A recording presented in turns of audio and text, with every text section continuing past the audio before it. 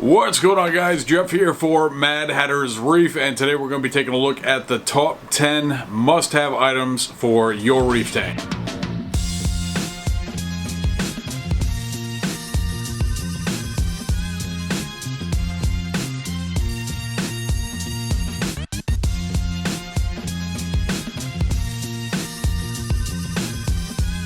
Welcome back to another episode of Mad Hatter's Reef. This is where I talk about everything reef tank related. So if you love reef tanks like I do, make sure you smash that subscribe button and the bell so you can be notified every time that I upload a new video. Now today we're going to jump into the top 10 must-have items for your reef tank. So let's jump into it. Alright guys, so kicking it off with number 10 on our top 10 reef tank must-haves is the heavy-duty scrub sponge. Now, this is something that you can pick up at the dollar store, and it's going to cost you next to nothing to have laying around. There are a couple of rules that you want to put in place with your sponges if you're going to use them on your reef tank.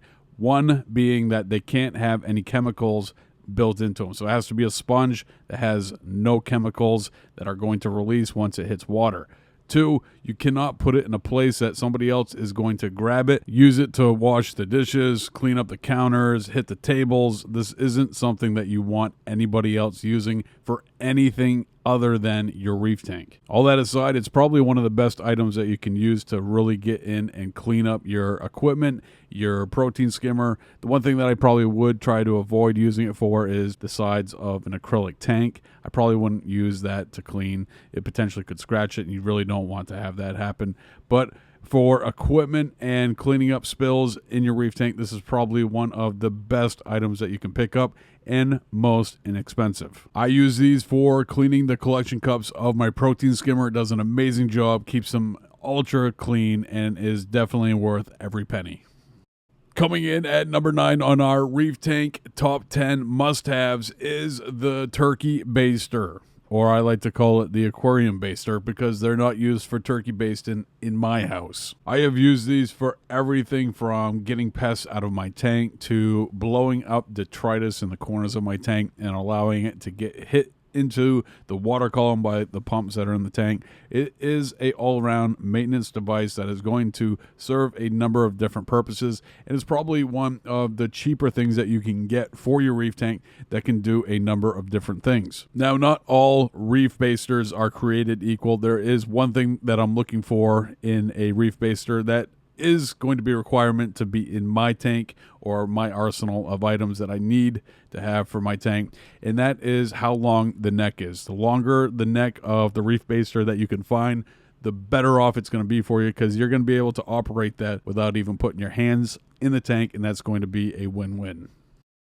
Coming in at number 8 on our top 10 reef tank must-haves is a scraper. More specifically, the flipper scraper. In my opinion, that's probably one of the best scrapers out there, but it isn't so much about the individual scraper. It is more about what the scraper does. Now, we also talked about in last week's episode where the scraper has potential effects on the pH of an aquarium, and that is something that is still looking into. And I actually am going to do a little experiment here in the future to put that to test just to see if it actually works. But as far as cleaning your glass, it should be a part of your daily maintenance, and it gives you an opportunity to kind of check on your tank, see what's going on, see what the critters are doing in the tank, see what the equipment's doing, and also just keeps your tank looking good, because nobody got into the reef tank hobby to have a junky looking tank. So make sure you clean your glass so you can appreciate what is inside it. Now, for newer hobbyists, it's incredibly important to make sure that you get the correct scraper for what your system is.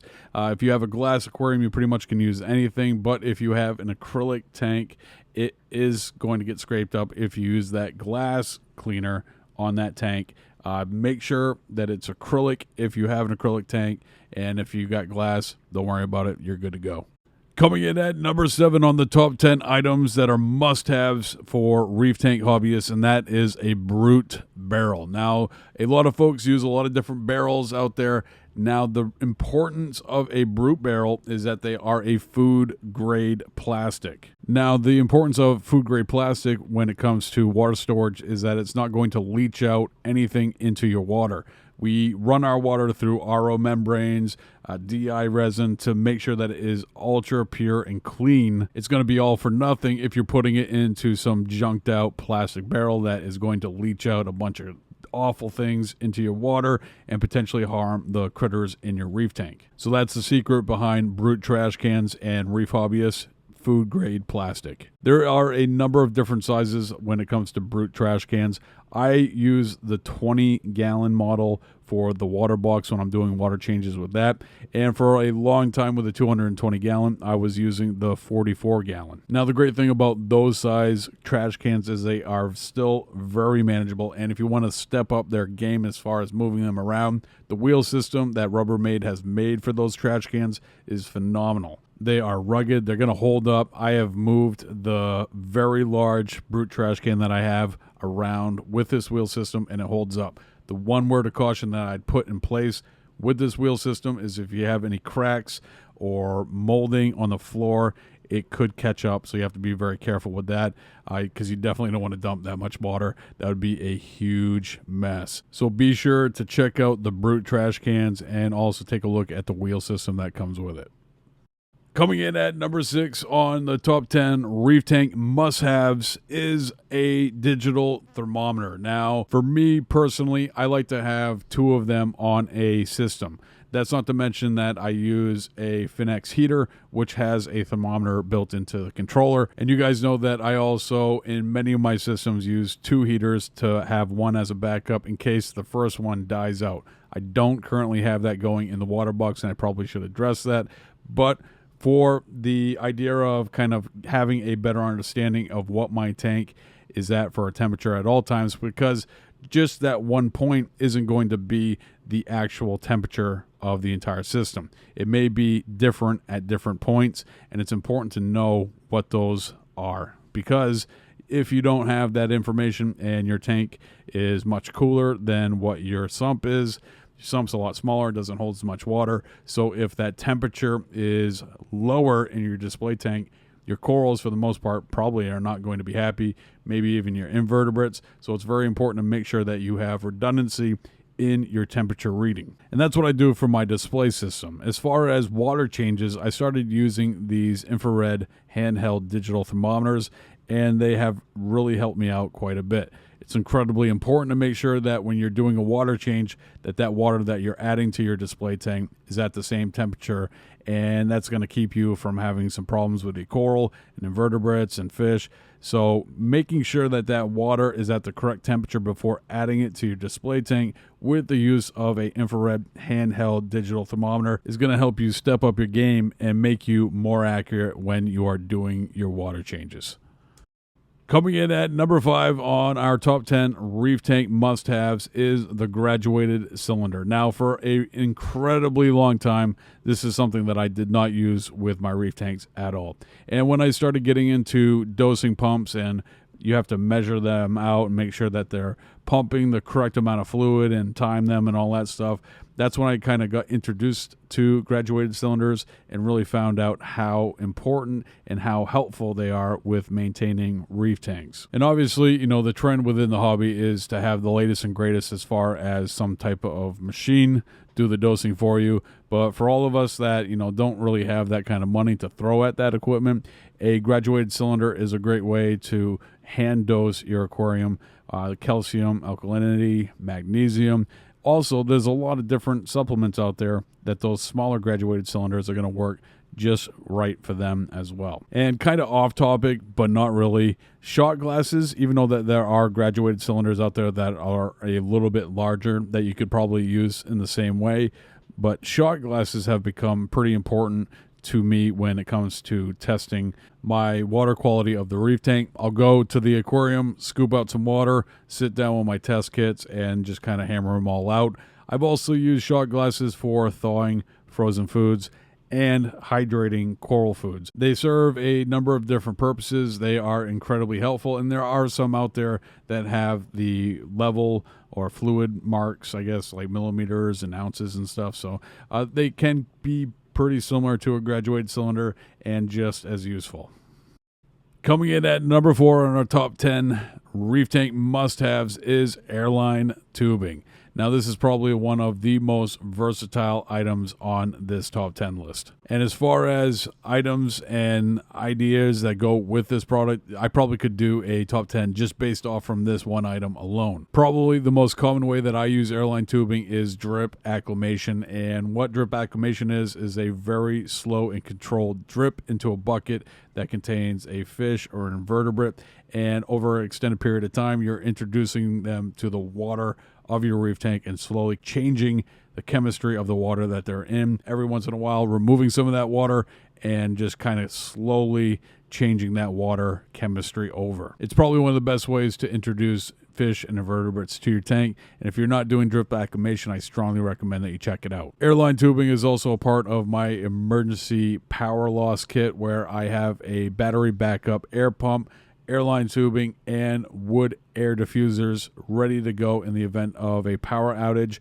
And essentially what that's going to do is move the water around a little bit. It's not going to be an incredibly large amount of water moving around, but it's going to do some, and it's also going to introduce oxygen to the water. The reason that I use the wooden air diffusers is because it creates micro bubbles and is going to help a lot more with the gas exchange between oxygen and water. Coming in at number 3 on our top 10 reef tank must-haves are small pumps. Now, small pumps are possibly the most underrated piece of equipment that you could have kicking around the house, and definitely serve a number of different purposes. They can help mix salt water in your Brut trash can. Even though that it is a small pump, it does a very good job of moving water around. I've also used these little pumps in the return section of my sump, where I have calcium, alkalinity, and magnesium being dosed. Sometimes they can solidify and become hardened. They can also stain up the glass wall of the sump, and having that pump in there and moving the water around just a little bit is going to be just enough to keep that area looking nice and clean. I've also used these pumps in the aquascape in dead spots to make sure that the detritus is not building up. Just every once in a while, most often at nighttime when the lights are off, kicking on and blowing that detritus out. I've used them in reactors like my algae reactor that I got going on with the Aquamax. They are incredibly helpful. They have a number of different purposes, and I think that I've just listed a few of them here, and they're not that expensive, so they're great to have kicking around. Coming in at number 2 on our top 10 reef tank must-haves is the vacuum/water change device from Python. It is incredibly important to make sure that you are doing water changes, and this is a device that is going to make that incredibly easy. And there's a lot of folks out there that don't necessarily agree with the idea of vacuuming the sandbed of a reef tank. I happen to be one of those folks out there that definitely is a proponent of it and think that it is an incredibly important part of maintaining a successful reef tank. And the argument that is in place with this is that some folks feel that you are damaging the microfauna population within a reef tank. And if you're unfamiliar with what microfauna is, it's little critters that are in your tank. It's copepods. It's a number of different organisms in your tank doing good stuff, making the tank thrive. And by vacuuming them out of the tank, you're removing them from the system. But you're not going to remove every single one, and doing a partial water change, vacuuming out sections of your tank, is not going to do anything to that population. Now, one of the things that Python has done with the gravel vacuum that I absolutely love is they developed this little pump that you connect to the tube, and it starts the siphon for you. Now, if you have ever sucked on a hose and had water, especially salt water, end up in your mouth, that's a bad time. And Python has gone and kind of removed that potential pain that could happen to you, and is going to help you maintain your tank a little bit better without salt water in your mouth. Check out the Python gravel vacuum. That is going to dramatically improve the quality of your life. And coming in at number 1 on our top 10 reef tank must-haves is the good old 5-gallon bucket. I think it's often overlooked how important that a 5-gallon bucket is to a reef tank hobbyist.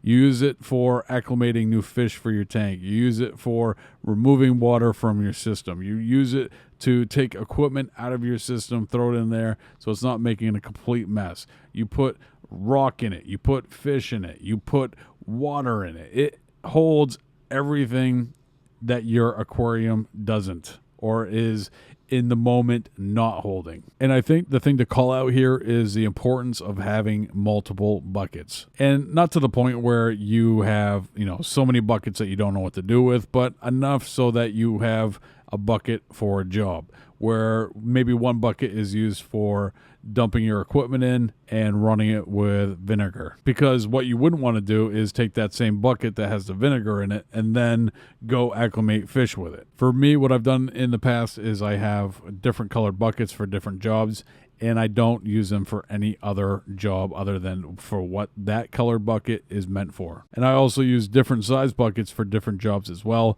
Like my 2-gallon buckets are for dipping corals, and I would never, ever, ever want to acclimate any type of invertebrate in that bucket that I've used for dipping coral, because that potentially could release some toxins in the water and harm that invertebrate. I also use a completely different container for my auto top-offs. I use the aqua tainers that are available out on Amazon. I think I've seen them at Walmart as well. They're those blue boxy looking containers that are incredibly clean and easy to use. And the reason that those are important, that they are substantially different than any other type of bucket that I have, is because it has fresh water in it.